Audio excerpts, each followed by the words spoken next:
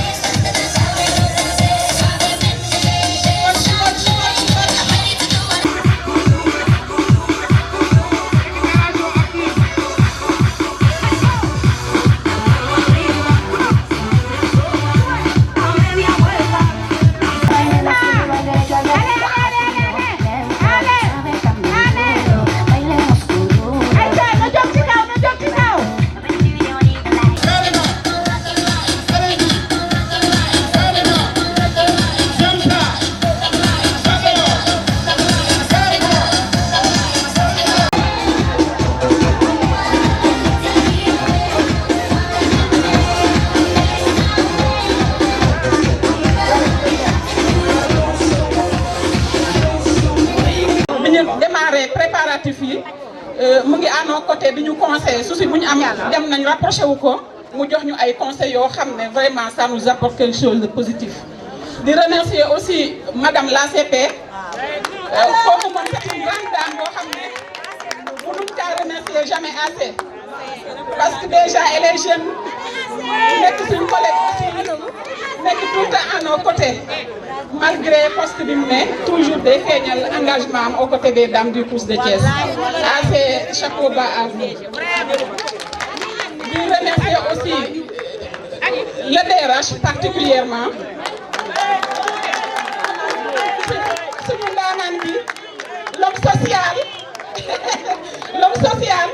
l'homme au conseil utile boo xamante ne agent yëpp la yemale ku am problème boo génn bureau muy faju donc vraiment soyez-en remerciés monsieur le DRH gis nañ enveloppe bu diis bi ñu indil aussi waaw di remercier aussi tous les chefs de division du Crous de Thiès gis nañ seen apport financier ak seen ay conseils aussi di si teg aussi tous les chefs de bureau ñoom ñëpp a ci participer d'une manière ou d'une autre. di remercier aussi l'ensemble des agents du Crous Terre am na ñoo xam ne ils sont pas des chefs de service ils sont pas des chefs de division mais seen soutien important boo xam ne man mi présidente xam naa ci dara ñu ngi may accompagner physiquement di ànd ak man ci déplacement yi ñooñu xam nañ seen bopp maa ngi leen di remercier bu baax a baax a baax a baax. di remercier aussi le bureau de l'amicale dama leen di naan chapeau bas à vous vous êtes exemplaires. ñoo nekk équipe boo xam ne ñu ngi liggéey kenn xamewul président kenn xamewul trésorier kenn xamewul secrétaire général macha allah seen engagement bi ma gis nii continuer comme ça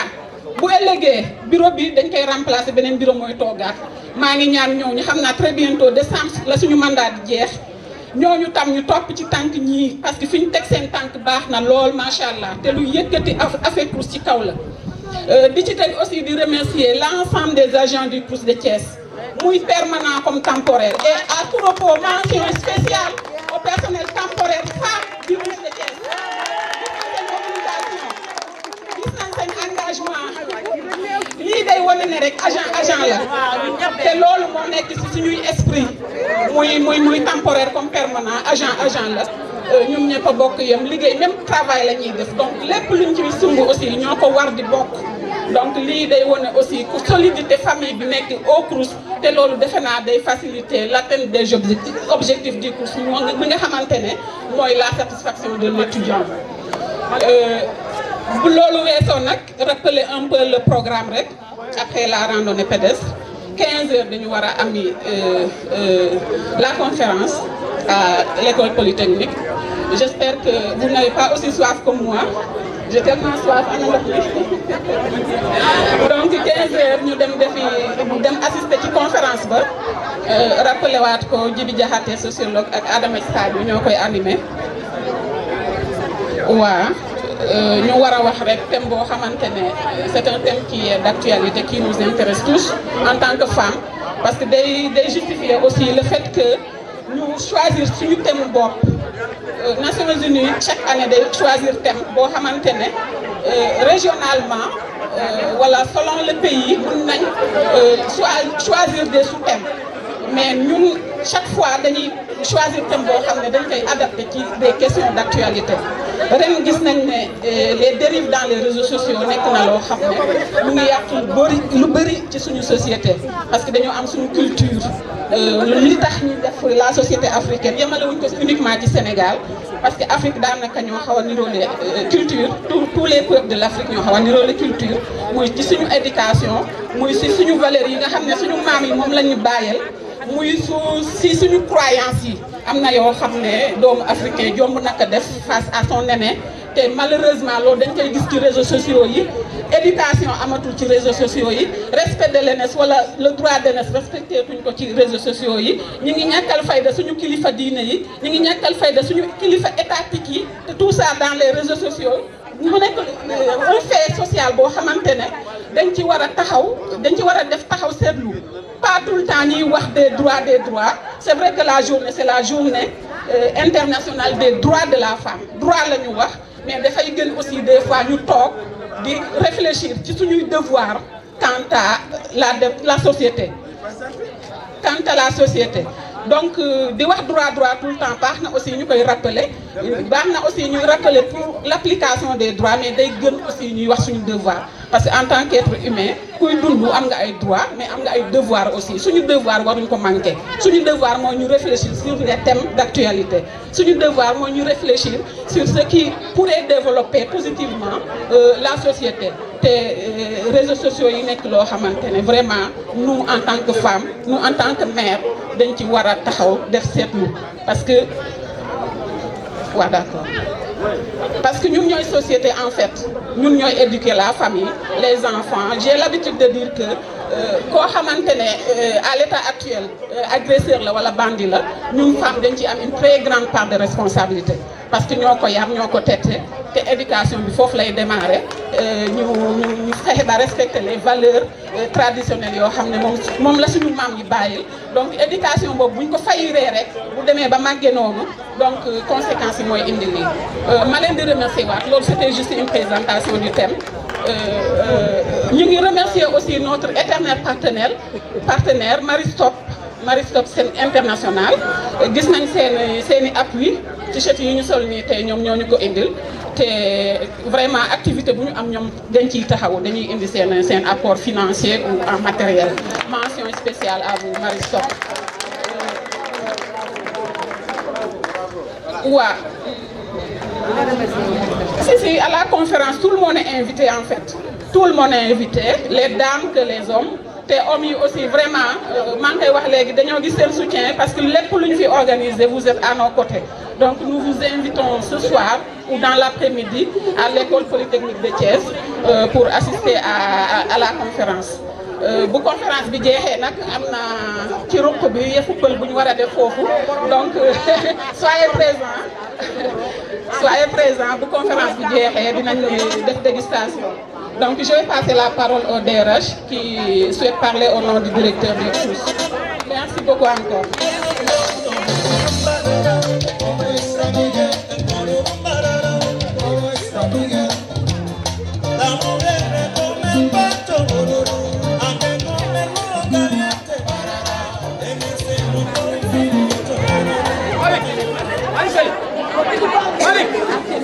asalaamaaleykum mbooloo mi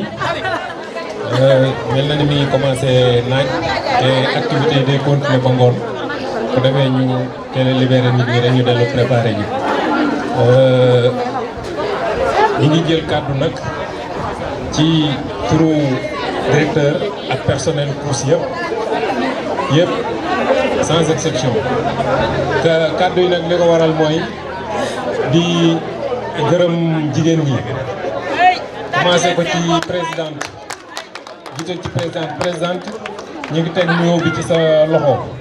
di ñaan nga jàllale ko ci femme CROUS yëpp ak yeneen partenaires yi nga xam ni ñoo nekk di leen accompagner yëpp ci turu directeur nag la ñuy wax ni vraiment lii moom du fi guléet yàlla def na CROUS structure bu ndaw bu bees bu yàggul jeune structure la mais tey jii li ma doon wax sànq le commissaire ñi ñu doon accompagner ma ne leen on va se donner une dimension régionale dans un premier temps fexe ba am suñu tour le nom du Crous au niveau régional ñu xam ko dans un premier temps parce que pendant longtemps dañu bokkoon COUD yàlla def depuis 2018 Crous autonome di dem ak direction boppam kon baax na li olof naan bay ci say woom au niveau régional ñu xam ñu parce que bu ngeen xoolee bi ñuy marche di ñëw nit ñaa ngi xool xam naa du ñàkk ñu ni ñii ñan lañu mais ñu fexe ba nga xam ne vraiment nit fu turu COUD tey egg Crous dépassé ko waxuma sax ci tur mais ci jëf ak ci comportement ak ci melokaan ci région bi parce que dimension nationale lañ am dañuy wax régional mais dimension nationale lañ am ba tax tey lii ngeen def nii dafa bokk ci loolu ça c'est lii effet marketing la am d'abord parce que tey jii bari na établissement yoo xam ne ñi ngi biir Thiès tey defuñu lu mel nii kon lii modèle la ñuy remercier femmes yi di remercier administration bi commencé ko ci le CSA comme na wax ci turu directeur jaaree ko ci boole AC l'ensemble des chefs de bureau chefs de division l'ensemble du personnel de manière générale bàyyiwuñu kenn parce que lii daal dafa nekk exemple bu am solo parce que day wane ni nit ñi ñoo bokk ndey ñoo bokk bàyyi tey jii bu ñu defoon 8 mars ku nekk jaar ci sa côté wala ku nekk toog ci sa ruq kenn du gis sa morom wala kenn ku nekk dem ci activités yi jàmbur du wane cohésion bi nga xam ne moo am ci établissement bi te vraiment lii dafay montrer cohésion bi nga xam ne moo am ci établissement bi activités yi nag day continuer ngoon mais ñu leen xamal rek ni administration moom ni mu taxawe woon accompagner leen dès le départ noonu la ñuy continuer di leen accompagner vraiment di remercier aussi l'équipe médicale bi nga xam ne moo leen accompagner di remercier la police dem nañu mais ñu ngi leen di remercier bi ñu dem sànq wax nañ leen ko di xamal leen daal lii vraiment c'est un début ça va continuer ni ñu collaborer ak yéen noonu la ñuy continuer collaborer yeneen établissement yi pour se donner un nom parce que tey jii tey Crous structure bu ndaw la wax naa ko sànq mais en termes de taille on compte actuellement plus de 1500 agents ëpp nañu ko vous voyez ce que ça fait comme taille boo doon xool ci dëkk bi tey ku fi am personnel bu toll noonu daanaka amu fi ce qui fait que dañoo war a fexe ba ñu xam ñu mais xam dans le bon sens moo waral lii loolu laa wax commissaire sànq ma ne ko loolu mooy suñu objectif loolu mooy objectif femme yi tey ñu xam leen dans le bon sens fu ñu taxaw ni Crous tey mooy lii xam lan la moo nee na yàgg naa gis ni Crous bi mais xaw ma lu mu doon waaye la police bi ñu doon accompagner nee na yàgg naa romb gis Crous bi parce que dama doon expliquer lan mooy Crous ak ban dimension lañ am ak lu waral 8 mars bi mobilisation bi ngeen def finalement ils ont compris vraiment le sens de cette mobilisation loolu daal ñu jàppale ci suñu objectif la ñu ngi remercier ñëpp di leen gërëm di leen sant di leen ñàkkoon di leen ñaanal une bonne continuation yàlla def fa ngeen bëgg ak yéen a ko xam yàlla yóbbu leen ko ba ngeen romb ko ñu ngi remercier ñëpp maa ngi jégalu nag